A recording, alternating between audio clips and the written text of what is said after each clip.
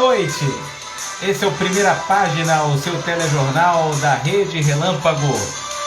Ao vivo para todo o Brasil, direto dos estúdios Cássio Leme, em Niterói, Rio de Janeiro. São 22 horas 45 minutos do dia 5 de abril de 2021. Agradeço a todos pela presença. Agora aqui, Denise Monteiro Corso, minha esposa, muito obrigado pela participação. Obrigado a todos que estão aqui vendo o nosso programa de hoje. Primeira Página é o jornalismo na Rede Relâmpago ao vivo. Deixa eu colocar aqui o nome do programa direitinho. Agradeço aí, Bal Brandão, de Grace. Fiquem à vontade. Hoje a gente tem muita coisa boa para poder informar em relação ao que aconteceu nessa segunda-feira, nessa semana. Temos muitos assuntos relevantes. Vou dar uma ajeitadinha aqui na câmera, enquanto vai todo mundo entrando, enquanto vai todo mundo aí curtindo o nosso Primeira Página. Bom, antes de tudo, a gente faz aquele editorialzinho pequenininho, no qual nós falamos sobre os assuntos relevantes. Olha, vamos dizer que 70% de tudo que acontece no Brasil e no mundo gira em torno da pandemia da Covid-19. Então não tem como a gente aqui não falar sobre a Covid-19. Esse programa é de jornalismo verdade, então só divulga-se o que aconteceu no Brasil e no mundo. Não temos lado A nem lado B. E aqui o nosso editorial é constante de verdade, só verdade. Tudo que aconteceu. Então vamos às primeiras notícias para você ficar bem informado no finalzinho da noite dessa segunda-feira maravilhosa, dia 5 de abril. A Agência Nacional de Vigilância Sanitária, Anvisa, convocou os governadores de 11 estados interessados em importar a vacina russa Sputnik V, para explicar em detalhes as dificuldades que o órgão regulador vem enfrentando para avançar com a autorização para o uso emergencial do imunizante no país. Não está sendo bem fácil, né, a entrada da Sputnik. A proposta inicial da agência é que a reunião aconteça nessa terça-feira, amanhã. Mas a confirmação vai depender das agendas dos governadores. Manifestaram interesse em comprar as vacinas de Sputnik os governadores do Acre, Bahia, Rio Grande do Norte, Maranhão, Mato Grosso, Piauí, Ceará, Pernambuco, Sergipe e Rondônia. Devido à lentidão da vacinação no país, é crescente a pressão política para a liberação de mais vacinas. Mas a atual falta de informações sobre a Sputnik inviabiliza qualquer possibilidade de autorização. Desenvolvida pelo laboratório Gamaleya, a vacina é representada no Brasil pela União Química. A ideia da Anvisa é que os governadores mudem a direção da pressão e ajudem a obter, junto à empresa, os dados técnicos pendentes. Abre aspas. Faltam informações brutas que permitam análise e conclusão. Disse uma fonte na agência que, se fosse para concluir hoje, a conclusão seria que não é possível concluir por falta de informações. Olha a frase que foi dita por uma fonte da agência da Anvisa. Abre aspas, preste atenção na frase. Se fosse para concluir hoje, a conclusão seria que não é possível concluir por falta de informações. Ficou bonito, ficou engraçada a frase, mas ela é bem dita, que é o seguinte, o que está embargando realmente a compra da Sputnik, a aprovação da Anvisa, é justamente a falta de informações referentes à vacina russa. O diretor do Instituto Butantan, Dimas Covas, reconheceu nesta segunda-feira que a aceleração da vacinação na China pode afetar o fornecimento de matéria-prima de imunizantes contra a Covid-19 no Brasil. Vinculado ao governo de São Paulo, o Butantan desenvolveu em parceria com o laboratório chinês a Sinovac, vacina Coronavac, que corresponde a mais de 80% das imunizações contra o coronavírus aplicadas no país. Além dela, a vacina AstraZeneca Oxford, importada pela Fiocruz, também utiliza insumos de origem chinesa. Em entrevista à Globo News, o porta-voz do Butantan disse que a demanda do governo chinês por mais vacinas é uma preocupação, mas que até o momento as entregas de insumos importados da China estão ocorrendo dentro do planejado. Segundo o Dimas Covas, ele fala o seguinte, abre aspas, é uma preocupação. Essa demanda do governo chinês por vacinas pode, de certa forma, interferir no fornecimento de vacinas para o Brasil e para o mundo. No caso específico do Butantan, nós não importamos vacinas próprias, importamos matéria-prima. Isso dá uma certa tranquilidade. Então, através da matéria-prima, dá para fazer um bocado de vacinas e dá para também guardar um pouquinho para poder fazer as vacinas aqui no Brasil. Ufa, pelo menos aqui no Brasil a coisa pode ficar melhor em relação aos insumos, né? Mas se acelerar por lá a vacinação, não vão sobrar insumos para cá. Enfim, é uma loucura. Loucura é também o número, viu, gente? O Brasil superou a marca de 13 milhões de casos de Covid e registrou hoje 1.623 mortes pela doença nas últimas 24 horas. Totalizou 333.153 vítimas. Com isso, a média móvel de mortes no país nos últimos 7 dias está em 2.698 mortes diárias. Em comparação à média de 14 dias atrás, a variação foi de 15% maior, indicando tendência de estabilidade nos óbitos pela doença. Os números estão no novo levantamento do consórcio de veículos de imprensa sobre a situação da pandemia de coronavírus no Brasil. Consolidados às 20 horas nessa segunda, o balanço foi feito a partir de dados das secretarias estaduais de saúde. A estabilidade nos óbitos vem ainda após de 35 dias com a tendência em alta. Não é seguro, no entanto, assumir que o país está tendo uma desaceleração na alta de mortes, já que os registros costumam ser menores durante e logo após um feriado, como o do último final de semana estendido. Isso ocorre devido a equipes reduzidas de plantão, trabalhando na inclusão dos registros. É importante verificar nos últimos dias se vão apresentar dados também represados. Já são 75 dias seguidos com a média móvel de mortes acima de 10.000, acima de 1.000. O país agora ocupa 20 dias com essa média acima dos 2.000. É o 10º dia com a média acima da marca. É um assunto que a gente precisa se preocupar, viu? E eu vou até colocar minha opinião aqui em relação a algumas coisas que eu tenho visto. Muitas pessoas perguntam, será que não estão morrendo, acabaram as mortes por câncer? Acabaram as mortes por assassinato, violência? Não acabaram. Não acabaram. Eu repito, não sejam negacionistas. A Covid-19, até março do ano passado, ela era uma pandemia, né? Era colocado, não era colocado ainda como pandemia, aliás, não era classificado como pandemia.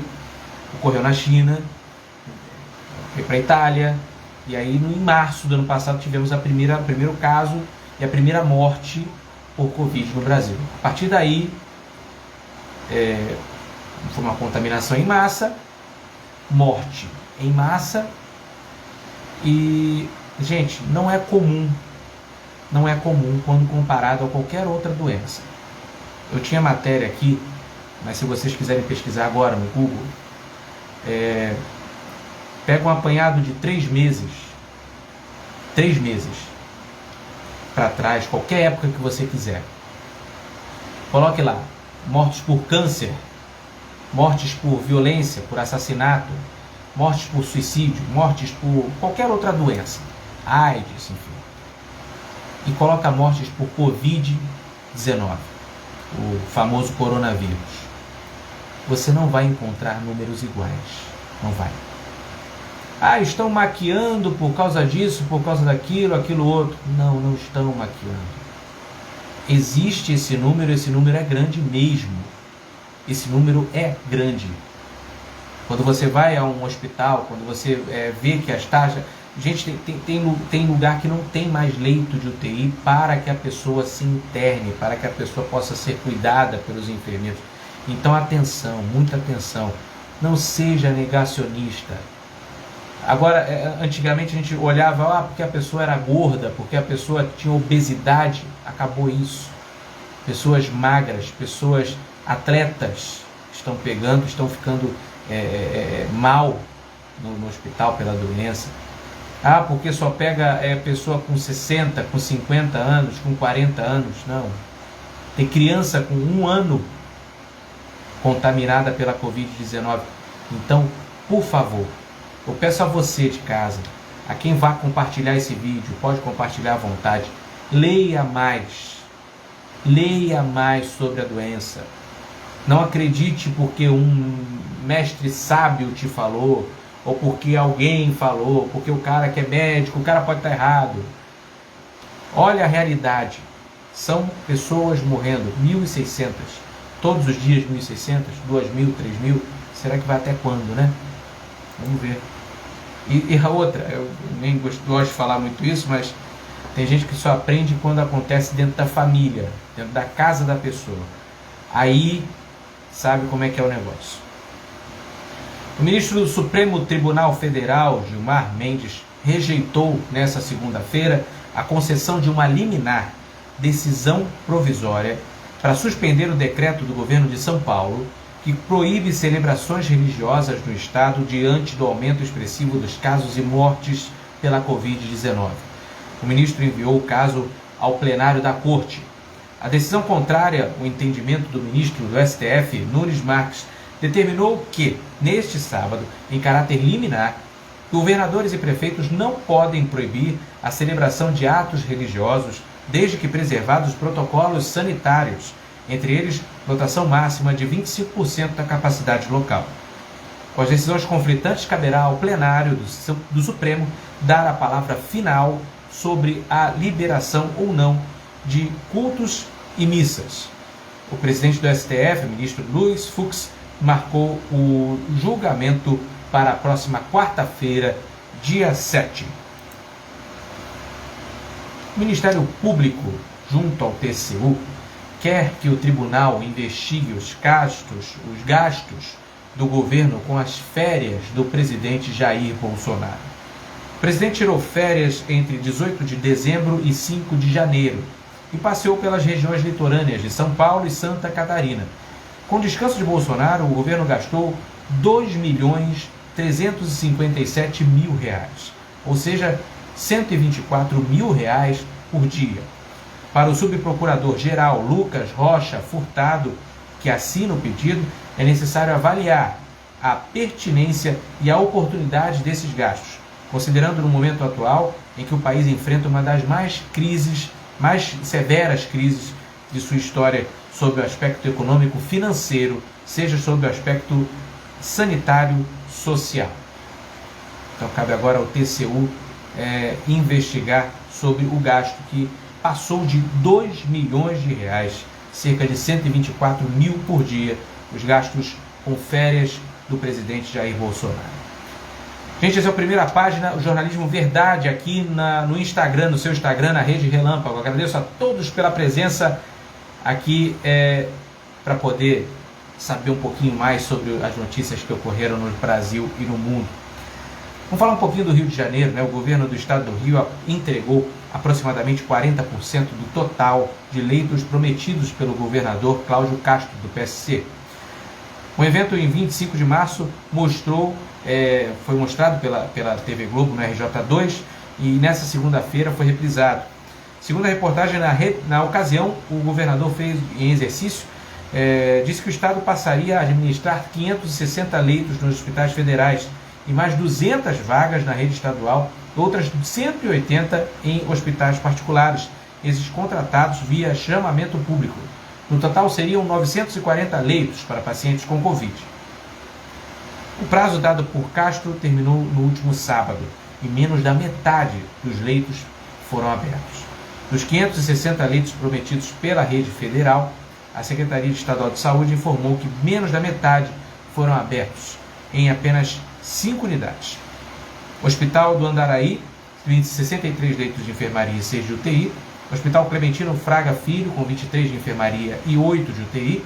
Hospital de Ipanema, com 13 leitos de enfermaria abertos. Hospital dos Servidores, com 29 leitos de enfermaria e 33 de UTI. E o Hospital da Lagoa, com 16 leitos de enfermaria e 34 leitos em UTI. Ainda falta muito, hein, governador? Vamos ver se a gente abre mais leitos aí.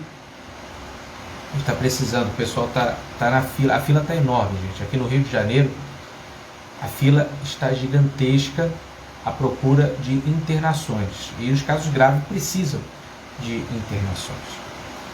Notícias boas pela Bahia. Os shoppings e centros comerciais de Salvador vão reabrir nessa terça-feira, segundo o plano da Prefeitura para a retomada das atividades econômicas da cidade.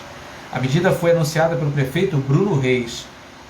De acordo com o plano, a retomada das atividades comerciais será de forma escalonada. Shopping centers, centros comerciais e semelhantes vão poder funcionar de terça a sábado, das 10 às 19 horas, nos finais de semana e em horário livre, no sábado.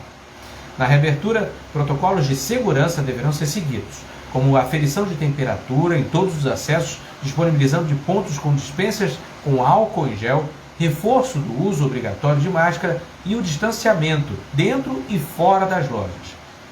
Então, na Bahia, lá em Salvador, graças a Deus, aí estão reabrindo já o comércio, né, depois de um tempo, né, tudo fechado.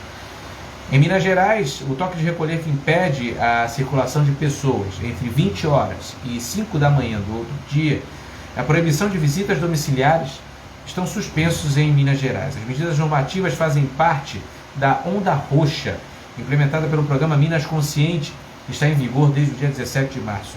A suspensão foi firmada na tarde desta segunda-feira pelo presidente do Tribunal de Justiça de Minas Gerais, desembargador Gilson Soares. Participaram da audiência de conciliação o deputado estadual Bruno Engler, do PRTB, e o secretário de Governo de Minas Gerais, Matheus Simões, o advogado-geral do Estado, Sérgio Pessoa, e o procurador adjunto do Ministério Público, Carlos André Mariani Bittencourt. Bruno Engler entrou com uma ação alegando que o toque de recolher viola o direito constitucional de ir e vir. O Estado concordou com o fim da limitação da circulação de pessoas e o fim da proibição das visitas sociais aos domicílios. Contudo, as demais imposições da Onda Roxa continuam em vigor por lá. A medida vale até a próxima quarta-feira, quando o Comitê Extraordinário de Combate à Covid de Minas Gerais se reúne para avaliar os dados. Gente, se isso vira moda, vejam essa notícia agora. O presidente da Rússia, Vladimir Putin, sancionou uma lei que permite que ele concorra a mais 2 mandatos depois do fim da sua atual gestão, que vai até 2024. Segundo o documento publicado em um site do governo, a legislação que pode abrir caminho para que Putin permaneça no poder vai até 2036. Caso ele decida fazê-lo e ganhe a reeleição, refletirá mudanças radicais na Constituição que foram introduzidas no ano passado. O parlamento russo aprovou a lei que dava permissão a Putin a disputar mais mandatos há cerca de um ano. Putin tem 68 anos, é um ex-agente da KGB, antigo serviço de inteligência soviético, e está no poder já há mais de 20 anos. Lá na Rússia, o presidente, né, o primeiro-ministro, enfim, era primeiro-ministro, agora presidente, né, agora a república lá, ele tem um mandato de 6 anos. 6 anos. Aqui são 4 anos, lá são 6 anos. Então, com esse plebiscito lá que está ocorrendo, com essa votação que está ocorrendo, poderia ser aprovado, né, que o Putin possa ficar mais 2 mandatos, ou seja, mais 12 anos a partir do fim do mandato dele, que é em 2024. Então termina o mandato dele em 2024 e aí ele é automaticamente reeleito por mais 2 anos, fica mais 12, totalizando aí 15 para frente, né? 2021 a 2036.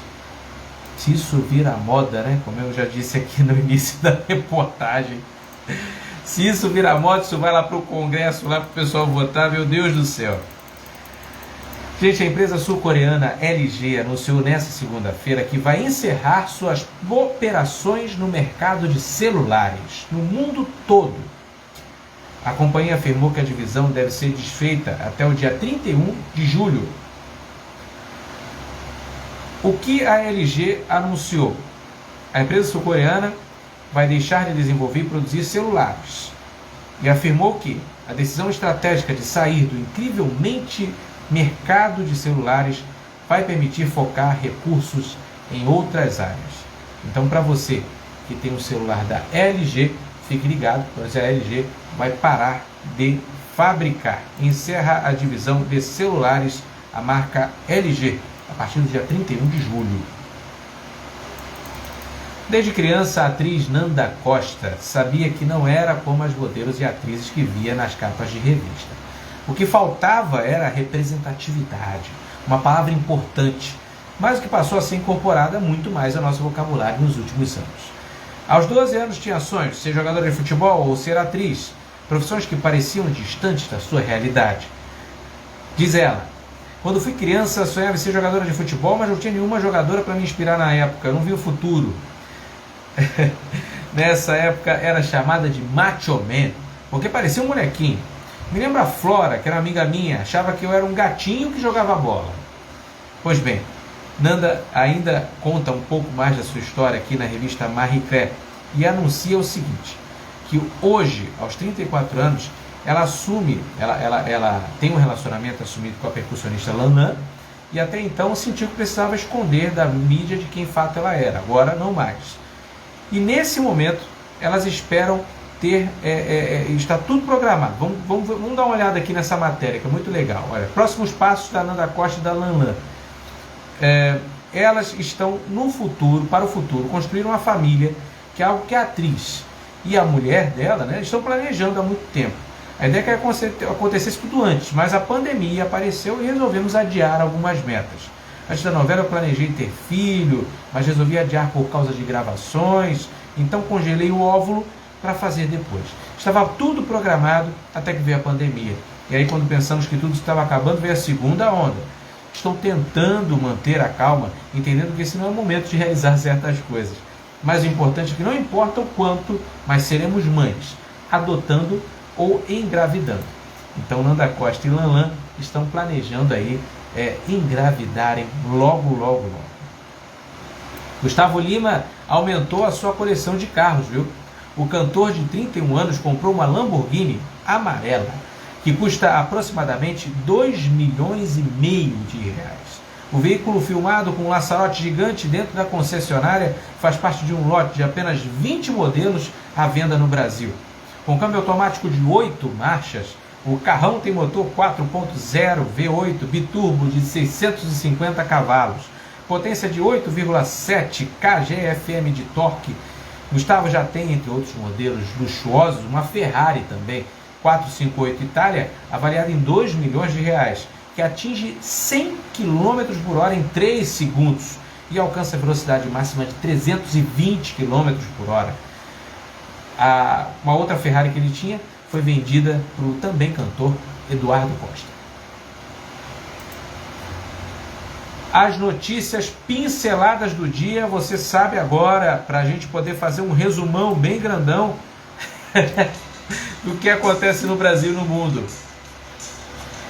Juliette ganha perfil para denunciar quem propaga ofensas e fake news. Danilo Gentili, apresentador do SBT, tem o rosto deformado após alergia. 2 celulares foram apreendidos com um miliciano ligado a Flávio Bolsonaro. Eles estavam vazios. Rejeição a Bolsonaro cresce e chega a 48%, como mostra a pesquisa XP e PESP. Sem isolamento, mortes podem chegar a 5.000 por dia, diz o diretor do Butantan. Filipino fura a quarentena e morre após ser obrigado a fazer exercício. Bebê nasce com 3 pênis. É o primeiro caso do mundo. Fiocruz vai entregar 18 milhões de vacinas até o dia 1º de maio. O Atlético Goianiense anunciou a contratação do técnico Jorginho para o restante da temporada. Dívidas de igrejas com o INSS e imposto de renda já chegam a 1 bilhão e 900 mil reais. Essas foram as rapidinhas do nosso telejornal, o nosso primeira página. Gente, foi eterno enquanto durou, né? A Jojo Todinho, de 24 anos, e o jogador Polidoro Júnior, também 24 anos, zagueiro do São Caetano de São Paulo, terminou, o namoro terminou, durou apenas 2 dias. E a cantora usou as redes sociais nessa segunda-feira para revelar que está solteira novamente. O namoro havia sido comunicado aos fãs no sábado. Vou tentar ser curto e breve. Quem me acompanha sabe que não falo e não exponho minha vida pessoal por diversos motivos que não cabem falar aqui. Mas a partir de hoje sou uma mulher livre, diz Jojo Todinho. Ela é muito engraçada. Previsão do tempo, no Rio de Janeiro nós temos nesse momento 27 graus. 27 graus, umidade do tempo, umidade está em 76%, umidade do ar 76%, ventos a 10 km por hora. Chance de chuva 20%. A previsão para amanhã é de máxima de 27 graus, mínima de 22. Na quarta-feira, a máxima é de 26, mínima de 21. E na quinta-feira, volta a 27, com mínima de 21. Aliás, amanhã está dando a umidade do ar aumenta um pouco mais, tá? Vai para 73% e a possibilidade de chuva é de 60%, quer dizer, 3 vezes mais que hoje. Então, amanhã com certeza não saia de casa sem o seu guarda-chuva. Gente, esse foi o nosso primeira página de hoje. Obrigado pela participação de todos, obrigado por todos que entraram na live, curtiram aqui as nossas notícias do Brasil e do mundo. Fiquem bem, se cuidem, usem máscara e, se possível, fiquem em casa. Uma boa noite para vocês e até amanhã. Amanhã temos o Saúde Etc. com a Flávia Temel. E na quarta-feira tem o Relâmpago Entrevista com a jornalista Fernanda Monteiro e o Relâmpago nos Esportes, logo depois, às 23h30. Beijo em todos, se cuidem e fiquem bem.